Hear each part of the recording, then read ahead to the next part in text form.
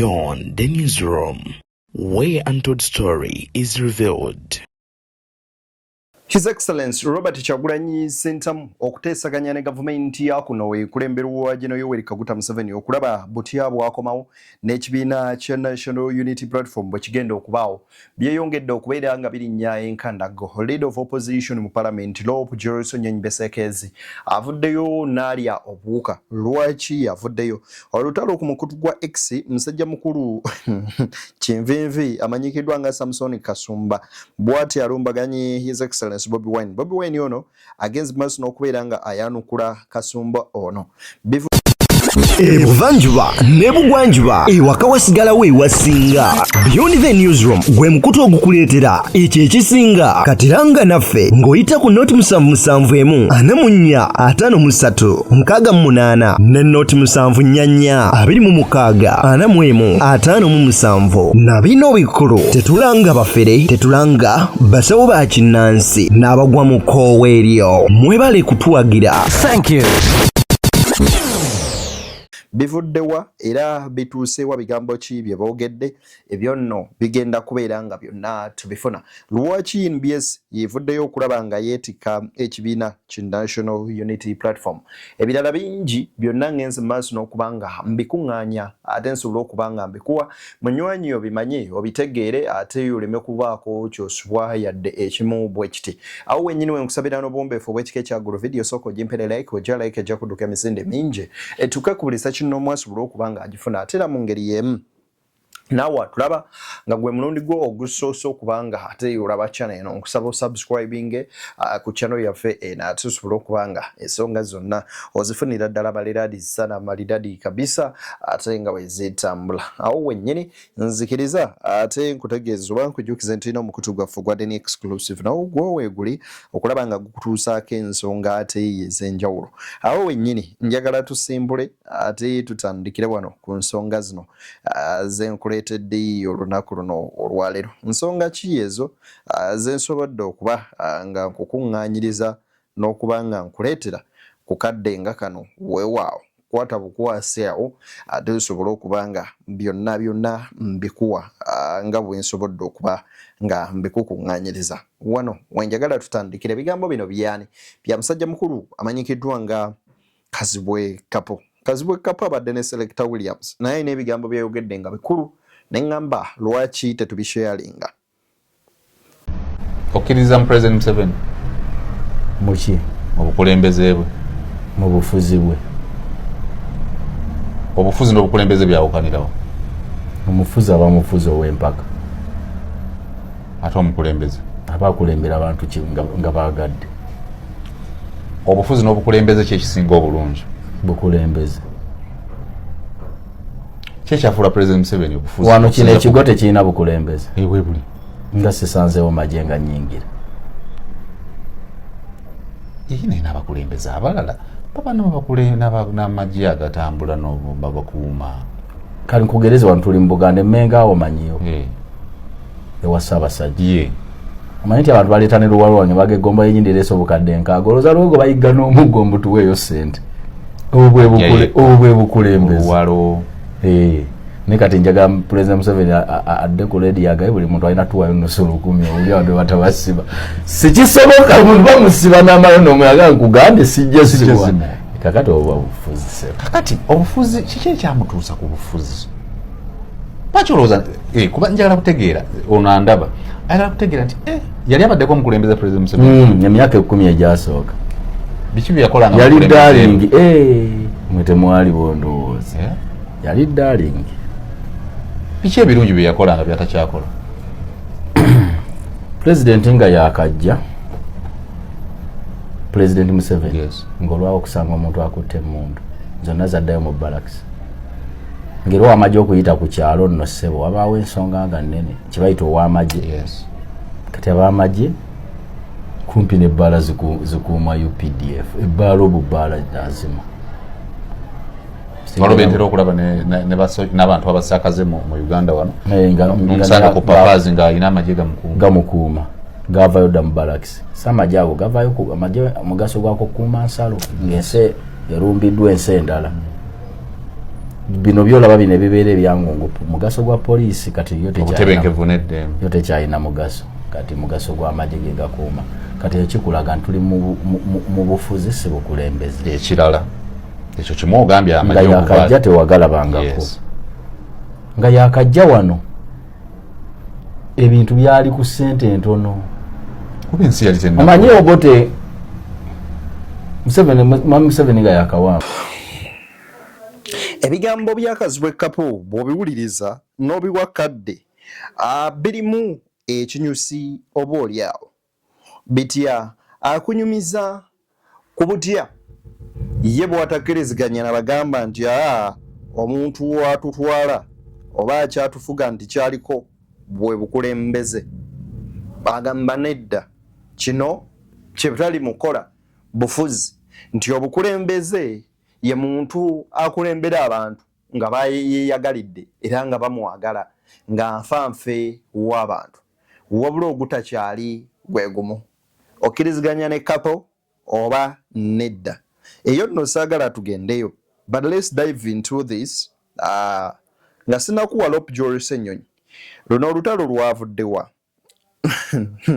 Samson Kasumba ono ne Bobi Wine Bobi Wine Nairo Post oba omukutu ogumu ku NBS gwavudde ne gugamba exclusive government nope a government and nope in talks over Bobi Wine's dignified and secure return. Bobi Wine navayo n'abaanukula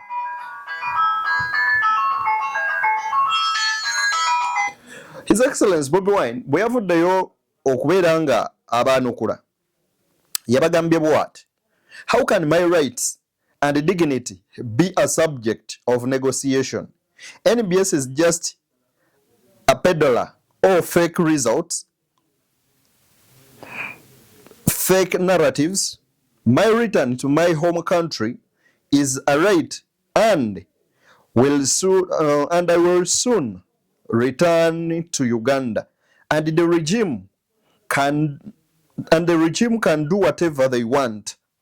Standing against him in bracket and beating him is only a crime in the eyes of NBS, not in the eyes of the law.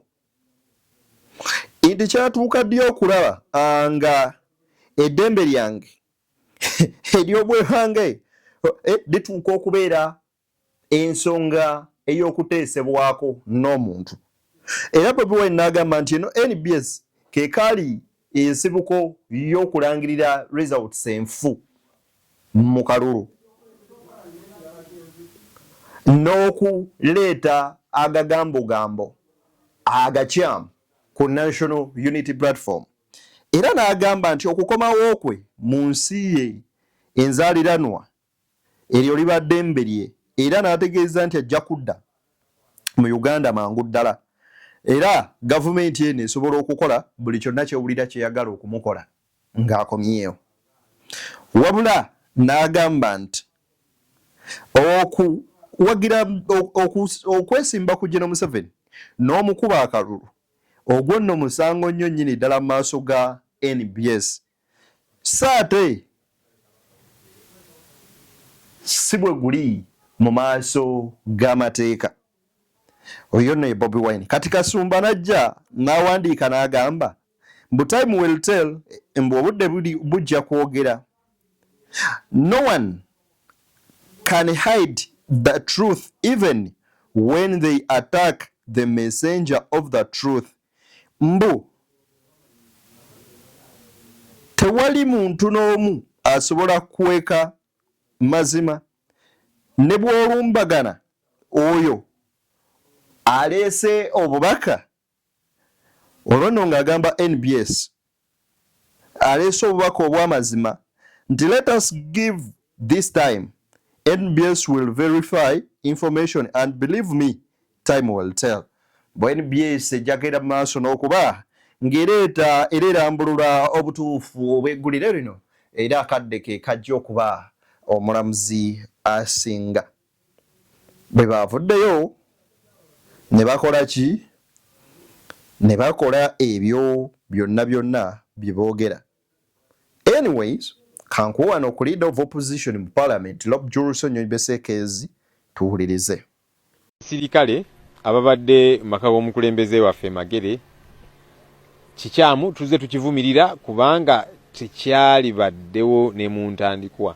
Bakikola nga tuvudde mu kalulu ka 2021 ne babeera waawo tugenda mu kooti netuwa ensala yayo ng'egamba abaliwo mu bukyamu n'ebirala ne tukubimeza eventually ne bavaawo. Tuvudde mu kalulu kano ne bakola kyekimu ne bagumbayo eyo ekirungi nti omukulembeze waffe n'abakuba ekimooni nga weebali naye n'avaayo ne kibakanga musajja agenza atya.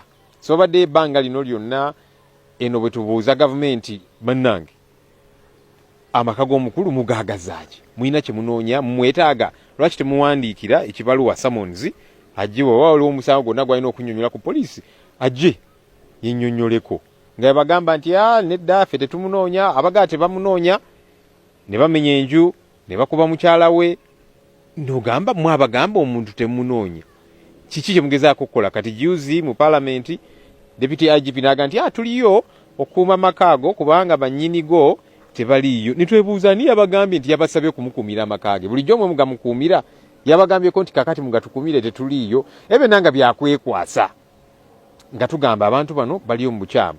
Twakwatagana ne Uganda Law Society ne tuteekayo omusango mu kooti nga twagala kooti erangirire ekyamajjo okubeera mu maka g'omukulembeze waffe nga bwe kiri ekikyamu nga kooti bwe yakola mu 2021. So nga tetunafuna nsala ya kooti of course ne betubaddeko nga tumanyi tugamba bannaye muveeyo temulina kye mukolayo naye of course nabo baagenze ne balaba nga tebakyalina kye bakolayo eri kubanga abagamba nti bakuuma nyini maka bwe kyategeerekese nti kati ali Washington DC mu America nga tebakyalina mugaso gwa kubeera waawo. So mu buswavu obw'ekitalo babadde balina okuvaayo kuba tebakyalina kye bakolayo gwe baali balowooza nti kakati bamukuumye babalinze lwanaakomawo oba ki nekitegeerekeka nti kati mu ggwanga yafulumyemu mu buswavu obw'ekitalo nga balina kuvaayo nga tebakyalina kye bakolayo. Sigenda gamba nti kakati kirungi bavuddeyo baali tebalina kubeerayo in the first place kyebadde bakola kikyamu. So tuyinza naga nti tubeebaza bavuddeyo kuba twateeka n'omusango mu kooti nga tubavunaana kuba kyebabadde bakola kikyamu ne bamenya ne boonoona ebintu naki baali tebalina kubeerayo in the very first place. Bw'owuliriza ebigambo bya leader of opposition mu parliament Lobjour Nyonyi Besekezi ng'akutotola era akunnyonnyola bino byonna engeri ab'ebyokwerinda gye bazze nga beeyisaamu otulugunya mukyala wa Bobi Wine n'okukola lyonna effujjo lye bakola okuva nga okulonda bukya kuggwa. Ekiyinza okuba ekibuuzo eky'amaanyi eri naddala bano abagamba tetumunoonya tetumwetaaga era singa twali tumwagala twandibadde twamufuna dda n'ebirala ebiringa bwe bityo. Bino ebigambo bwe biti bibaleka luddawa kati ate the same time ne mujja ne mukwata abantu bammwe ne mutandika fabricating stories nti banegotiatinga ne government ate negotiating otya ne government yegamba nti temunoonya temwetaaga tena kye mwagala kakati banegotiatinga kuki then what could be the transaction in between there bawanyisiganya ki bano onagamba banoonya bali bagamba tetumunoonya tetumwetaaga tetumwagala kati ekibuuzo kiri nti baagala ki bwekyo tokyebuuzaakoko kankuwa vidiyo endala wano kati ni enteeseganya naffe tubiraba biyitiŋŋana omukulembeze waffe nga bw'azze akyogera tagenda kuteesa na muntu yenna ku kukomawo kwe mu ggwanga. Munnayuganda mukulembeze talina musango gwe yazza okwesimba ku Mwai Museveni ogwo si musango era yaga nti agenza okukwasaganya obuvunaanyizibwa obw'enjawulo era obuvunaanyizibwa obwo bw'anaabumaliriza agenda kukomawo ewaaba obwe wano e Uganda nga talina gwe yeebuuzizzaako. Gavumenti ekole kyeyagala okukola naye bwatyo bwakyogedde gavumenti ejja kukola kyeyagala okukola kuba kikyetakoze. Basa abantu baffe bangi betuze tuziika ne mu kalulu akawedde abantu abaabuzibwawo 18 abo actually tukimanyi nti kakati abo gavumenti yabatta abantu abali makomera batusizaako ebisago kugamba bakoze buli fujjo mwaruwa mujjukirawo ne Kyagulanyi bamukwata ne bamukuba ne kwegamba bakoze buli kimu kati yagambye nti okwesimba ku Museveni musango kale bwe nakomawo bwe guba gwe baagala okuvunaano babankwata bakoze eki kubanga akimanyi talina musango gwe yazza so bw'anaamaliriza obuvunaanyizibwa bwali mu kukwasaganya ebweru w'eggwanga agenda komawo nga talina gwe yeebuuzizaako era n'olunaku lwakomawo yagenda okulusalawo nti nkomawo ku luno olunaku ssaawa zino akomewo gavumenti ekole kyeyagala okukola so tagenda kuteesa na muntu yenna ate nkomyewo ntya ate kakati temunkwate yazza musango ki abagamba nti oba kuteesa ku nkomawo yo baleme kwati talina musango gwe yali yazizza so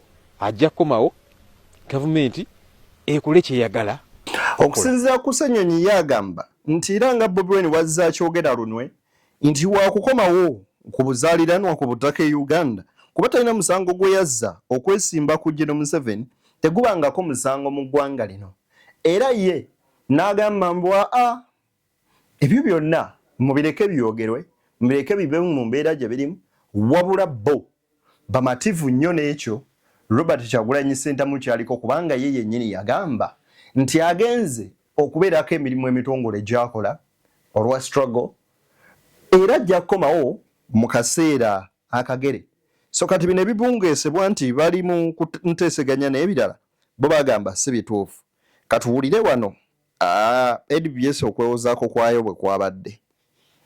Amawulire gatandise okusaasaanira ku mikutu gy'amawulire ag'enjawulo nga gasookedde kufulumira ku gwa Nile Post nga galaga nga bwe waliwo enteeseganya wakati wa pulezidenti wa NUP Robert Kyagulanyi ne gavumenti okukakkanya embeera adde okwabo bwe yeetaaye. Tukitegeddeko nti ekibiina ekitaba enzikiriza ki Interreligious Council bwe kiri emabega wa kaweefube w'okusaawa enjogerezeganya. Okusinziira ku Bishop Joshua Lwere gwe tufunidde ku lukomo lw'essimu ataagadde kwatuukiriza bingi bazze bategeka enteeseganya ez'enjawulo n'akakasa nti okwogerezeganya kugenda mu maaso.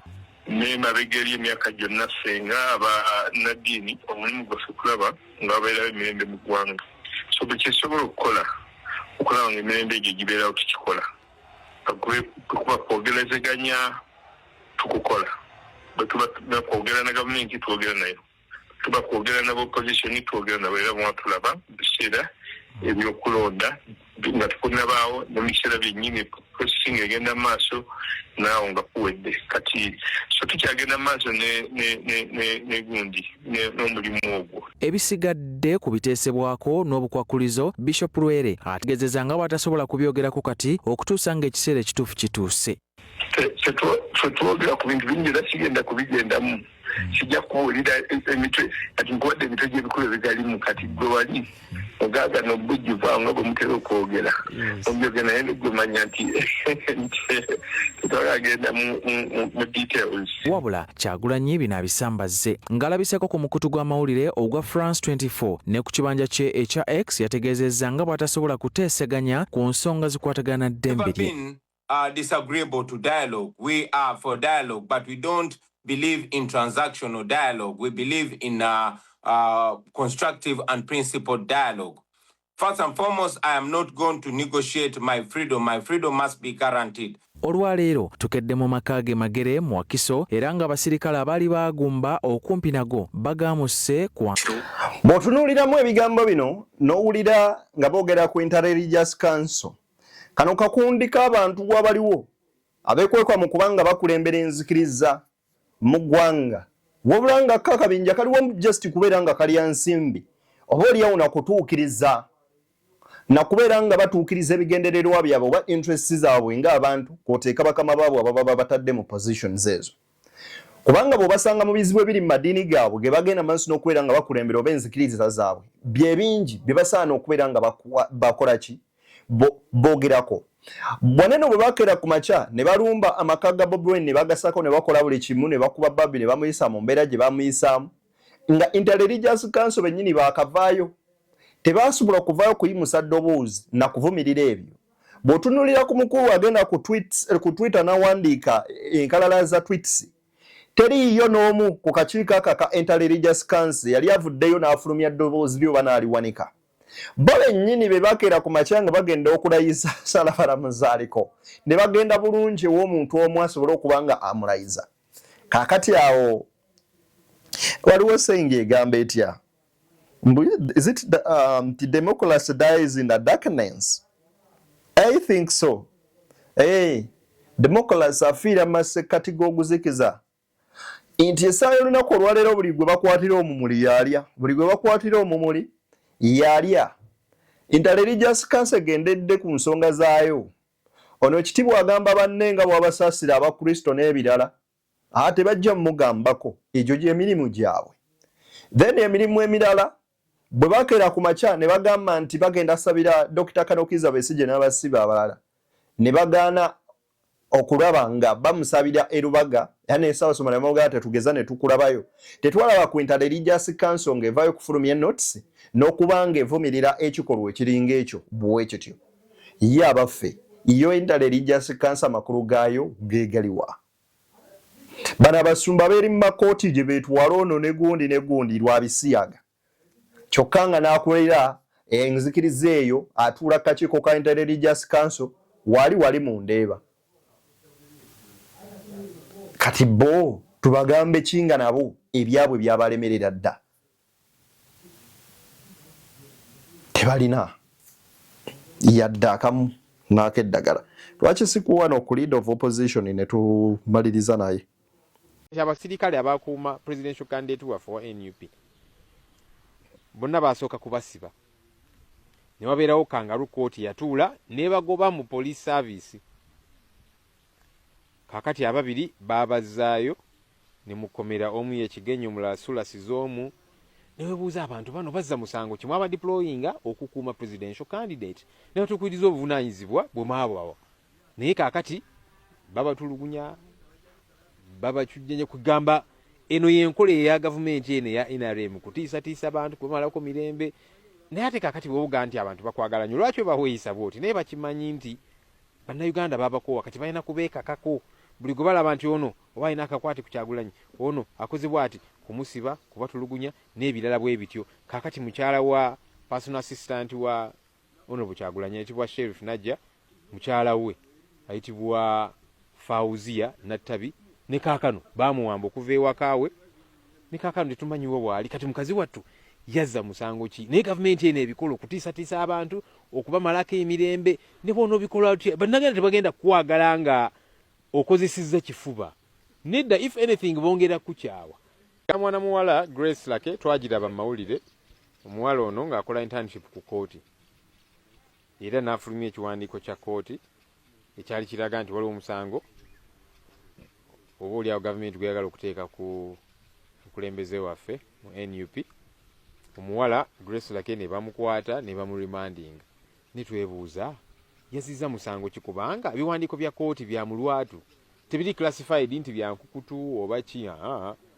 Ennaku zino era nga balooya n'emisango tugiteekayo online system eyitibwa ICMIS oba tuteekayo emisango oba ki so gibeerako okwo nga girabibwa toli kyakukweka. Kaakati ono omuwala yazza musango kikubanga n'amakooti ebigenda maaso mu kooti beera bya mulwatu. Bannamawulire bagendayo ne bakavaringa emisango bigenda maaso nakiso nga tewali kirina kukwekebwa naye omuwala ne bamuteeka mu kkomera ne weebuuza yazza musango ki. Bwe kiba nti waliwo omusango gavumenti gweyagala okuteeka ku pulezidenti waffe lwaki tebayugira lwaki tebamuyitanga ne bagamba nti kaakati wazza musango guno bye tuzze twogerako oba waliwo summons baz issuing ajje yennyonnyoleko ku musango gwonna gwe bagala okumuteekako. Tikyakolebwa tuzze tubibuuza mu parliament n'awalala tekinnakolebwa so tulindiridde okulaba ki ekivaayo naye gavumenti ya NRM bweti bwekola kutiisatiisa abantu okubamalako emirembe okubatulugunya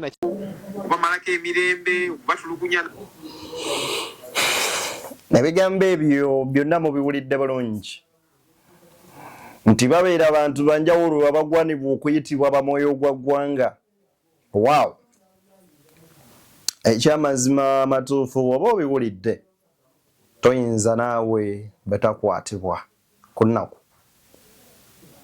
olina avunaana omusango gwabanga yakola omulimu gwe kuuma presidential candidate n'omulala n'avunaanibwa birala n'omulala ne bamuvunaana ebirala. Eyo ye Uganda mwe tuli era mwe tuwangaalira. Kuwa Katonda n'ensi yange mbaagaliza ebyo bye munjagaliza tusinkane nga guludde n'oyo akkiriza.